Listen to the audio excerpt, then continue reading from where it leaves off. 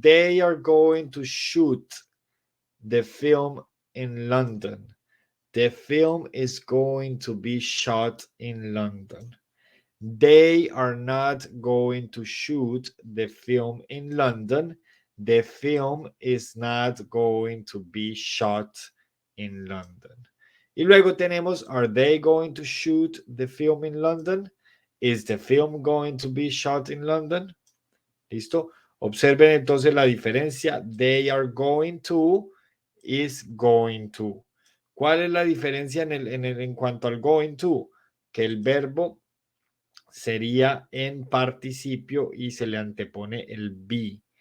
Miren que en la voz activa no pasa eso, no se pone el be y el verbo está en presente. You should water this plant very often. This plant should be watered very often. You shouldn't water this plant often. This plant shouldn't be watered very often. Should I water these plants very often? Should these plants be watered very often? Observen que water en este caso es regar, echarle agua a las plantas.